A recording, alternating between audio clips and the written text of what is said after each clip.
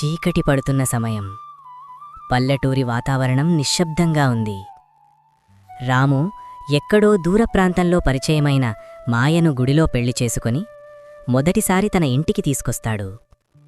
కాంతమ్మకు ఈ పెళ్లి ఏమాత్రం ఇష్టం లేదు. గుమ్మం ముందు రాము, మాయ నిలబడి ఉంటారు. ఎంత పనిచేశావురా రాము! కన్న తల్లిని కాదని నా కడుపున చెడపుట్టి ఎక్కడో దారి వెంటపోయే దానమ్మను గుడిలో మెడలో తాడుకట్టి ఇంటికి తెచ్చావు. ఈ పల్లెటూరి జనం నా మొహాన ఉమ్మి వేస్తున్నారా! పరువు తీశావు, నా పరువు గంగలో కలిపావు. అసలీ పిల్ల ఎవరు, ఏ ఊరు, ఏ పల్లె, తల్లిదండ్రులెవరో కూడా తెలియకుండా ఇంటికి మహాలక్ష్మిలా తెచ్చుకున్నావు. నా కడుపు మండుతోందిరా! అమ్మా, దయచేసలా అనకమ్మా. తను దారి వెంటపోయే పిల్ల కాదు. తన పేరు మాయ. మొన్న నేను పట్నం సంతకు వెళ్ళినప్పుడు ఆ దేవుడే నన్ను తన దగ్గరకు చేర్చాడు. అనాథమ్మా తను. ఈ విశాలమైన ప్రపంచంలో తనకి ఎవ్వరూ లేరు. తన కళ్లలో ఉన్న నిజాయితీ, మాటల్లో ఉన్న స్వచ్ఛత చూసి నా మనసు నిలవలేకపోయింది. నా ప్రాణం ఉన్నంతవరకు తనను కంటికి రెప్పలా చూసుకుంటానని ఆ గుడిలో అమ్మవారి సాక్షిగా మాటిచ్చాను. దయచేసి తనను ఆశీర్వదించమ్మర్. నీ కోడలిగా స్వీకరించు. మాయ ఏమాత్రం కోపం తెచ్చుకోకుండా ఎంతో ప్రశాంతంగా, అత్తయ్య, మీ కోపం న్యాయమైనదే. ఏ తల్లైనా తన కొడుకు భవిష్యత్తు గురించి ఇలాగే ఆరాటపడుతుంది. నాకు తల్లిదండ్రులు, బంధువులు ఎవరూ లేరన్నది నిజమే. నా పుట్టుపూర్వోత్తరాలు నాక్కూడా తెలీవు. ఒక ఆశ్రమంలో పెరిగాను. రాముగారి దయవల్ల నాకీరోజు ఒక కుటుంబం, మీ రూపంలో ఒక తల్లి దొరికారనుకున్నాను. నా వల్ల మీకే కష్టం రాదత్తయ్య. నా ప్రాణం ఉన్నంతవరకు మీ కొడుకు సంతోషాన్ని, ఈ ఇంటి పరువును కాపాడుకుంటాను. నన్ను మీ ఇంటి దాసీగా అయినా లోపలికి రానివ్వండి. విన్నావా అమ్మా? తను ఎంత అనకువగా మాట్లాడుతోందో విన్నావా?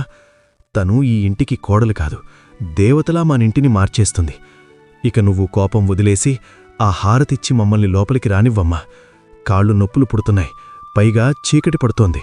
చలిగాలి మొదలైంది. మాటలైతే కోటలు దాడుతున్నాయి. చూద్దాం, నీ చేతలు పీటలు దాడుతాయో లేదో ఈ కాంతమ్మ కళ్ళారా చూస్తుంది. ఈ ఇంటి గడప తొక్కుతున్నావు. నా కొడుకు మీద ఒట్టు వేసి చెబుతున్నాను. ఏ చిన్న తప్పు జరిగినా, నీ ప్రవర్తనలో ఏ కాస్త తేడా కనిపించినా దవడ పళ్ళు రాలగొట్టి గుమ్మం బయట గెంటేస్తాను. బుద్ధిగా అత్తచాటు కోడల్లా పడి ఉండు. కుడికాలు ముందు పెట్టి లోపలికిరా. అరే, గాలిలేదు, ధూళిలేదు. ఈ దీపం ఎందుకలా వింతగా ఆరిపోయింది? ఇదంతా నాకు ఏమాత్రం శుభశకునంలాగా అనిపించడం లేదురా రాము. గడప తొక్కగానే దీపం ఆరిపోయింది. ఈ పిల్ల అడుగులో ఏదో దోషం ఉందిరా. నువ్వు మరీనమ్మా, ప్రతిదానికి అనుమానమే. ఆముదం అయిపోయుంటుంది, లేదా ఏదైనా చిన్న పురుగుపడి ఆరిపోయుంటుంది. దీనిక్కూడా శకునాలు, దోషాలు అని తనను బాధపెట్టకు. నువ్వెళ్ళి వంటగదిలో భోజనం వడ్డించు. మేం బట్టలు మార్చుకుని వస్తాము. చూడ్డానికి దేవకన్యలా ఉంది. తెల్లవారుజామునే లేచి ఇల్లంతా ఊడ్చి పేడకల్లాపి చల్లి ముగ్గులు పెడుతోంది. అనాథ పిల్లయినా పల్లెటూరి పనులన్నీ వెన్నతో పెట్టిన విద్యలా చేస్తోంది. నాకేదో అనుమానంగానే ఉంది. అసలీ పిల్ల మనిషేనా, లేక నా కొడుకుని వశం చేసుకోవడానికి వచ్చిన మాయదారి దయ్యమా? రాత్రి గుమ్మం తొక్కగానే ఆ ఆముదం దీపం ఆరిపోయిన తీరు తలుచుకుంటే నా గుండెల్లో ఇంకా రైళ్లు పరిగెడుతున్నాయి. అమ్మా, కాంతమ్మా, చూశావా నీ కోడలు ఎంత చురుకైనదో? నువ్వింకా నిద్రలేవకముందే ఇల్లంతా శుభ్రం చేసి, ముగ్గులు వేసి, తులసికోటకి దండం పెట్టుకుంటోంది. నిన్న రాత్రి నువ్వు తనను ఎన్ని తీసిపారేసే మాటలన్నా పల్లెత్తు మాట తిరిగి అనకుండా తన పని తాను చేసుకుంటోంది. నువ్వు అనవసరంగా భయపడ్డావమ్మా. తనకు వేరే ఏ లోకమూ తెలియదు. నా ప్రేమే తన లోకం. మనింటికి అదృష్టం నడిచి వచ్చిందనుకో. ఒరే వెర్రిబాగులువాడా, మెడలో తాళి కట్టగానే నీ కళ్లకు పొరలు కమ్మేశాయిరా. పైకి కనిపించే మెరుపులన్నీ నిజమనుకోకు. పిల్లి కళ్ళు మూసుకొని పాలు తాగుతూ లోకమంతా చీకటనుకుందట. అలా ఉంది నీ వ్యవహారం. అయినా ఆ పిల్ల ఇల్లంతా అడుగుతీసి అడుగువేస్తుంటే కనీసం పట్టీల చప్పుడు కూడా రావడం లేదు. నేలమీద కాల అనకుండా గాలిలో తేలుతున్నట్టు నడుస్తోంది. ఏనాడైనా గమనించావా? అమ్మా, తను అలికిడి చేయకుండా, ఎవ్వరికీ ఇబ్బంది కలగకుండా పనులు చేస్తుంటే పనిమంత్రాలనుకోకుండా గాలిలో తేలుతోందంటావేంటి? నీకు వయసు పైబడి కళ్ళు మసకబారుతున్నాయి.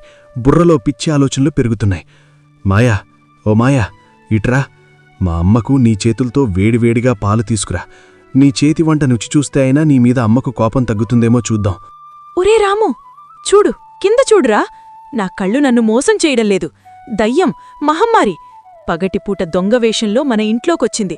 సూర్యుడు వెలుగు నేరుగా పడుతున్నా నేలమీద తన నీడ పడటం లేదు చూడురా. నీడలేని మనిషి ఈ భూప్రపంచంలో ఎవరైనా ఉంటారా? వెళ్ళగొట్టు, దాని వెంటనే బయటకు గెంటే. నా మాట వినురా, నా గుండె ఆగిపోయేలా ఉంది.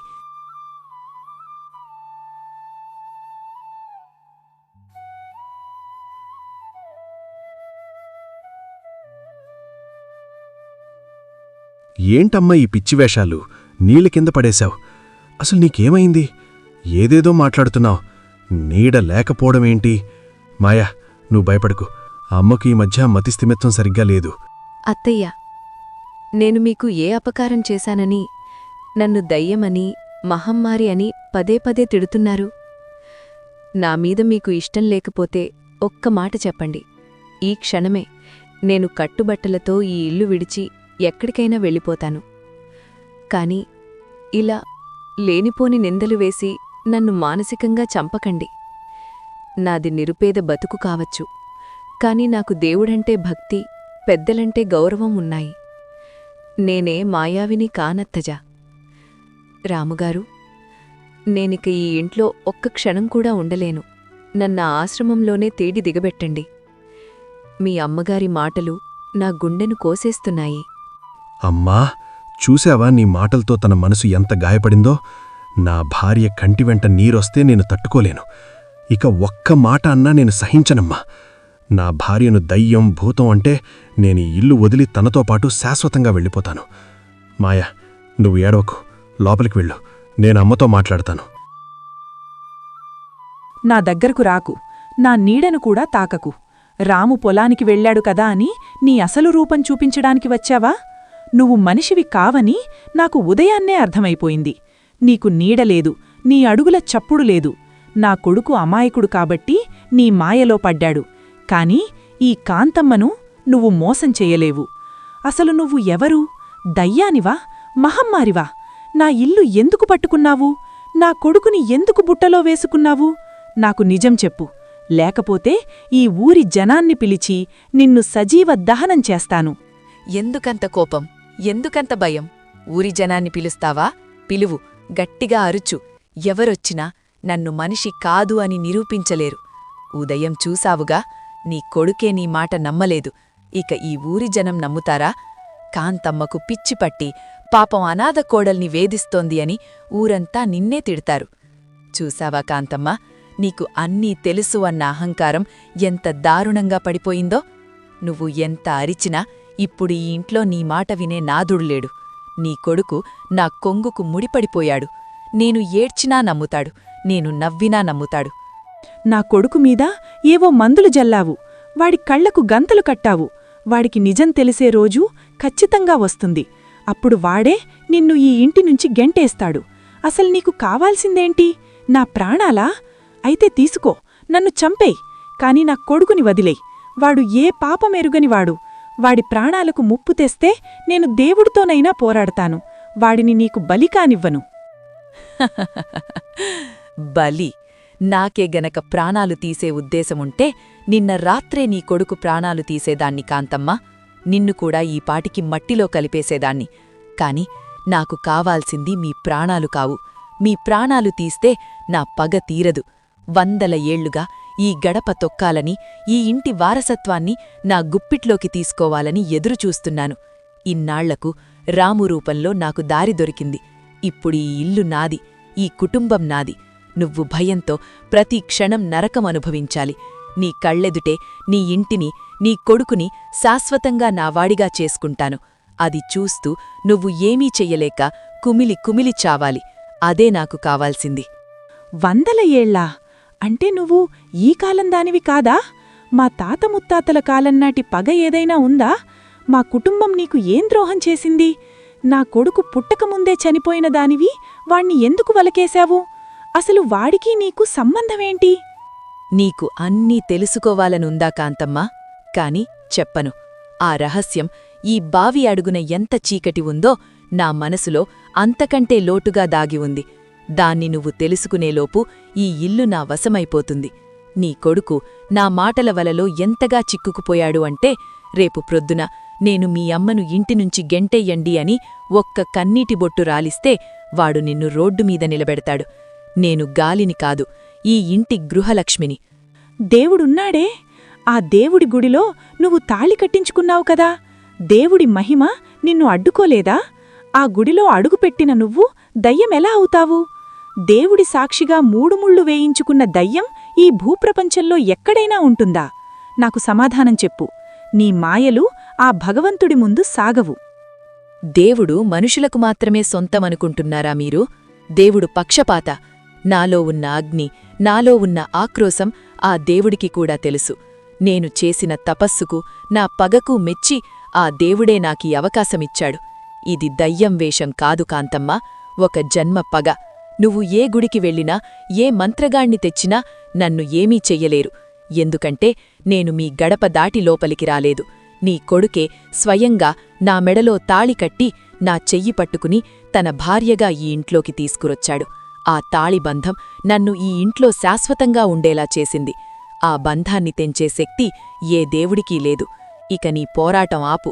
నా కాళ్ల దగ్గర పడి ఉంటే నీకు కనీసం అన్నం పెడతాను. ఎదురు తిరిగితే నీ కొడుకు చేతే నీకు విషం ఇప్పిస్తాను. ఆలోచించుకో.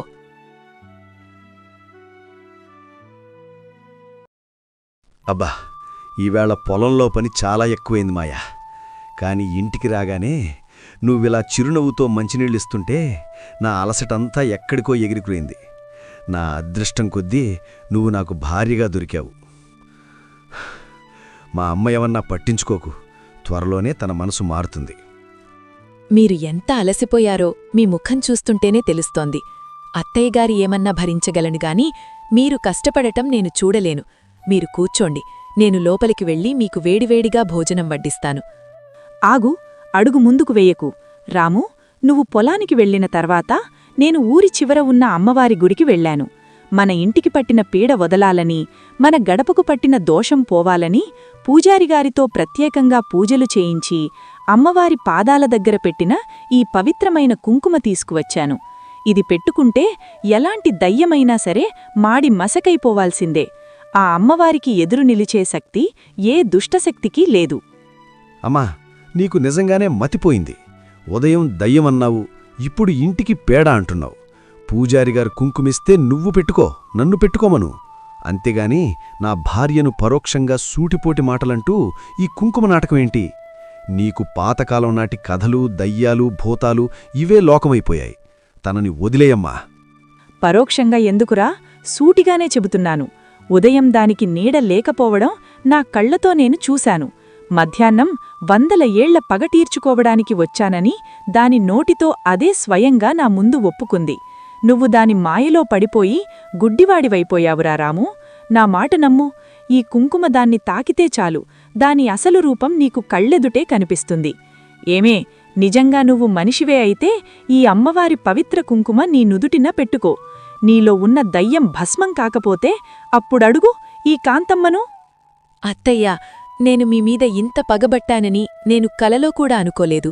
మధ్యాహ్నం నేను మీ కాళ్ళు పట్టుకుని నన్ను మీ కూతుర్లా ఆదరించండి అత్తయ్యా అని ఎంత బ్రతిమాలినా మీ మనసు కరగలేదా? దానికి బదులు నేను మిమ్మల్ని బెదిరించానని మీ అబ్బాయితో అబద్ధాలు చెబుతున్నారా?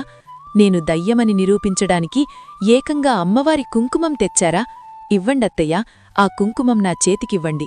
నా భర్త ప్రాణాలతో సమానమైన ఆ అమ్మవారి కుంకుమం నా నుదుటిన పెట్టుకుంటాను. అసంభవం, ఇది జరగకూడదు.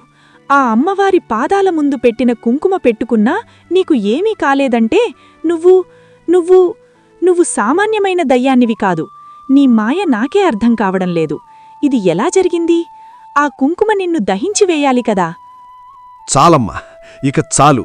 నీ అనుమానపు పిచ్చి పరాకాష్ఠకు చేరుకుంది. నా భార్య పవిత్రమైనది కాబట్టే ఆ కుంకుమ ఆమెను ఏమీ చేయలేదు. తను మనిషిని, నా ప్రాణపదమైన భార్యని కళ్ళెడుటే నిరూపణైనా ఇంకా దయ్యమంటావా? హెచ్చరిస్తున్నాను. నువ్వు నా కన్న తల్లివి కాబట్టి వదిలేస్తున్నాను. ఇంకెవరైనా నా భార్య గురించి ఇలా మాట్లాడి ఉంటే నా చేతిలో చచ్చేవారు. ఓరే పిచ్చివాడా, నా పేగు బంధన్రా నువ్వు. నిన్ను ఆ మహమ్మారి చేతికి ఎలా వదిలేయన్రా? అది నన్ను మోసం చేసింది. ఈ దేవుణ్ణి కూడా మోసం చేస్తోంది. అది మన ఇంటిని మృంగేయడానికి వచ్చిన మాయదారిరా. నా మాట నమ్మురా తండ్రి. వాడి చేతుల్లో నువ్వు బలి కావడం నేను చూడలేన్రా. దయచేసి దాన్ని ఇంటినుంచి తలిమేయిరా. దయచేసి ఇక నువ్వొక్క మాట కూడా మాట్లాడకమ్మా. నీ ఏడుపులు, నీ నాటకాలు నేను భరించలేను. నా మనసు విరిగిపోయింది. ఇక ఈ రాత్రికి నువ్వు నీ గదిలోంచి బయటకు రాకు. మాయా, నువ్వు కన్నీళ్లు తుడుచుకో. పద, మనం లోపలికి వెళదాం. చూసావా కాంతమ్మ, నీ దేవుడి కుంకుమం నాకేమీ చెయ్యలేకపోయింది. నేను చెప్పాను కదా, నా కొడుకు ప్రాణాలే నాకు రక్ష అని. వాడు నా మెడలో కట్టిన తాళి ఎదుట నీ దేవుడు కూడా తలవంచాల్సిందే. ఎందుకంటే ఆ 3 ముళ్ల బంధాన్ని తెంచే శక్తి ఏ దేవుడికీ లేదు. నా భర్తను అడ్డుపెట్టుకుని నేను ఏమైనా చెయ్యగలను. నీ కళ్ళెదుటే నీ కొడుకుని నా గుప్పిట్లో బంధించాను. ఇప్పుడు వాడికి నువ్వు పిచ్చిదానివి, నేను దేవతను. ఈ రోజుతో నీ పోరాటం ఓడిపోయింది. రేపు నీకు ఇంకో నరకం చూపిస్తాను, సిద్ధంగా ఉండు. ఏంటి కాంతమ్మ, నిద్రపట్టలేదా? నీ కొడుకు పక్కన ఒక మహమ్మారి పడుకుంటే కన్న తల్లికి నిద్ర ఎలా పడుతుందిలే? ఉదయం నా నీడ లేదు అనన్నావు కదా, చూడు, ఈ నిండు వెన్నెలలో కూడా నాకు నీడ లేదు. నా పాదాలు నేలకు ఆనడం లేదు. నన్ను ఇలా చూసి నీ గుండె ఆగిపోతుందేమో అని భయంగా ఉందా? నా గుండె ఎప్పుడో ఆగిపోయింది మహాతల్లి. ఉదయం నువ్వు గుడి కుంకుమ పెట్టుకుని కూడా బతికిపోయావంటే నువ్వు సామాన్యమైన శక్తివి కాదని నాకర్థమైంది. నా పంతం వీడి నీ కాళ్లు పట్టుకోవడానికి వచ్చాను. దయచేసి నా కొడుకుని వదిలేయ్. వాడికి ఏ పాపమూ తెలియదు. వాడు నిన్ను ప్రాణంగా ప్రేమించాడు. వాణ్ణి మోసం చెయ్యకు. నీకు బలి కావాలంటే నన్ను తీసుకో. నా ప్రాణాలు తీసి నీ పగ చల్లార్చుకో. కాని నా వంశాంకురాన్ని మాత్రం బతకనివ్వు. నీకు 2 చేతులు ఎత్తి మొక్కుతున్నాను. వంశాంకురం, నీ వంశం పేరే నాకు వినిపించకూడదు కాంతమ్మా. 100 ఏళ్ల క్రితం ముచ్చటగా 3 తరాల కుటుంబంతో కళకళలాడుతున్న నా ఇంటిని మీ ముత్తాత తన స్వార్థం కోసం, ఆస్తి కోసం అర్ధరాత్రి సజీవ దహనం చేశాడు. ఆ రోజు మంటల్లో కాలి బూడిదైన నా శరీరం తాలూకు ఆక్రోశం ఇంకా ఈ మట్టిలోనే ఉండిపోయింది. ఆకలితో అల్లాడిపోతూ ప్రాణాలు వదిలిన నా కుటుంబం తాలూకు ఏడుపు ఇంకా ఈ గాలిలో వినిపిస్తూనే ఉంది. మీ వంశాన్ని సమూలంగా నాశనం చేయడమే నా లక్ష్యం. శివశివ, ఎంత ఘోరం! మా పెద్దలు చేసిన పాపానికి ఇప్పుడు నా కొడుకు బలి కావాలా? వాడు ఏ తప్పు చేశాడు? తప్పు మీ రక్తంలోనే ఉంది కాంతమ్మ. అందుకే అనాథను అని నాటకమాడి వాడికి వలవేశాను. వాడు నా మెడలో తాళి కట్టగానే దేవుడి శాసనం నన్ను ఏమీ చెయ్యలేకపోయింది. ఈ తాళి నాకు రక్ష. రేపు ప్రొద్దున నాటికి నీ కొడుకు శరీరంలో రక్తం మొత్తం పీల్చేస్తాను. వాడు ప్రాణాలు వదిలిన తర్వాత నిన్ను పిచ్చిదానిలా చేసి ఈ ఊరి పొలిమేరల్లోకి తరిమేస్తాను. నా పగ అలా తీరబోతోంది. మాయా, ఏంటిదంతా? ఉదయం చెప్పిన మాటలు అక్షరాలా నిజమేనా? నా కళ్లతో నేను చూస్తున్నది కల కాదు కదా? గాలిలో తేలుతున్నావు, నీ కళ్ళు మండుతున్నాయి. నువ్వు నిజంగానే మనిషివి కాదా? నా ప్రాణమైనా ఇచ్చేంతగా నిన్ను ప్రేమించానే. నా కన్న తల్లిని సైతం కాదని నిన్ను నమ్మానే. నన్ను ఎంత దారుణంగా మోసం చేశావు. ఏంటి రాముగారు అలా మాట్లాడుతున్నారు? నేను మీ మాయను. అత్తయ్యగారు ఏదో అంటుంటే నేను బాధపడుతున్నాను. మీకెందుకో పీడకల వచ్చినట్లుంది. పడుకోండి, నేను మీకు మంచినీళ్ళిస్తాను. ఆగు, నన్ను తాకకు మహమ్మారి. నా కళ్లతో నేను చూశాను, నా చెవులతో నేను విన్నాను. 100 ఏళ్ల పగ తీర్చుకోవడానికి నా ఇంటిని బలిపేటం చేసుకున్నావా? నా ప్రేమను వాడుకుని దేవుడు గుడిలో నాతో తాళి కట్టించుకుని నా వంశాన్ని నాశనం చెయ్యాలనుకున్నావా? నా తల్లి పట్ల నువ్వు చూపించిన క్రూరత్వం నాకంతా తెలిసింది. నా భార్యగా ఉన్నంతవరకే ఆ దేవుడి శక్తి నిన్ను ఏమీ చేయలేదని నువ్వే అన్నావు కదా. నా ప్రేమ ఉంటేనే కదా నీకు రక్షణ. రాము, నువ్వు ఏం చేస్తున్నావో నీకర్థం కావడం లేదు. నాకు కోపం వస్తే ఈ క్షణమే మీ ఇద్దరి ప్రాణాలు తీసేస్తాను. నేను కట్టలు తెంచుకున్న పగను. నా జోలికి రాకు. మెడలో తాళి ఉన్నంతవరకే నాకు బలం. నన్ను వదిలే. నా ప్రాణం తీసినా సరే, నా కన్నతల్లికి కన్నీరు తెప్పించే ఏ బంధమూ నాకు వద్దు. నా స్వచ్ఛమైన ప్రేమతో దేవుణ్ణి సాక్షిగా పెట్టి నీ మెడలో వేసిన ఈ 3 ముళ్ల బంధం ఇప్పుడు ఈ క్షణమే తెంచుతున్నాను. ఈ తాళి నీకిక రక్ష కాదు. నా ఇంటికి నువ్విక కోడలివి కాదు. కాపాడండి, నా ఒళ్ళు కాలిపోతోంది. వద్దు రాము, నన్ను చంపకు. 100 ఏళ్ల నా పగ.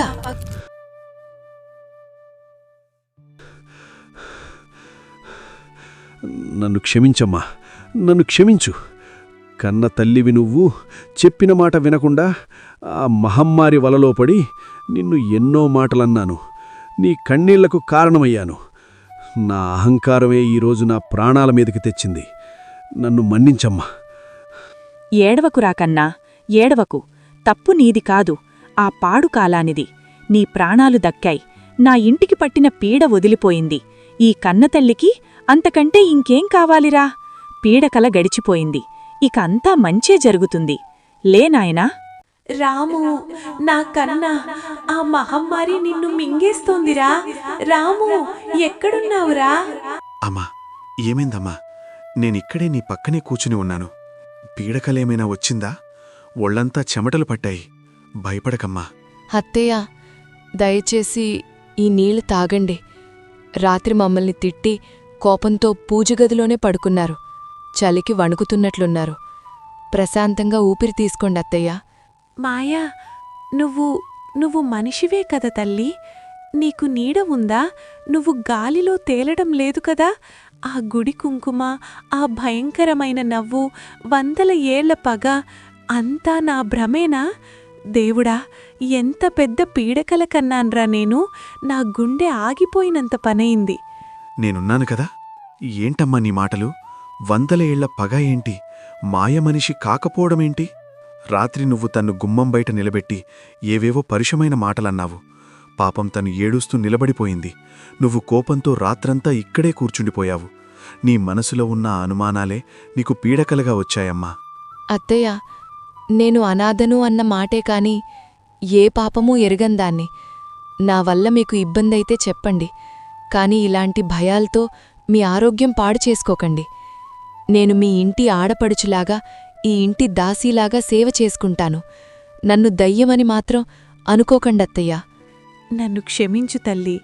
కులం గోత్రం లేనిదానివి అని నిన్ను చులకన చేశాను. అనాథవి కదా, నా కొడుకుని పూర్తిగా నాకు కాకుండా లాక్కుంటుందేమో అన్న నా స్వార్థం, నా అహంకారం కలిసి నా బుర్రను తొలిచేశాయి. అదే రాత్రికి రాత్రి పీడకలగా మారి నాకు నరకం చూపించింది. ఆ కలలో నువ్వు దయ్యానివి, కాని నిజ జీవితంలో నా మనసే ఒక దయ్యంలా మారి నిన్ను అకారణంగా బాధపెట్టింది. అమ్మా, నిజంగానే అంటున్నావా?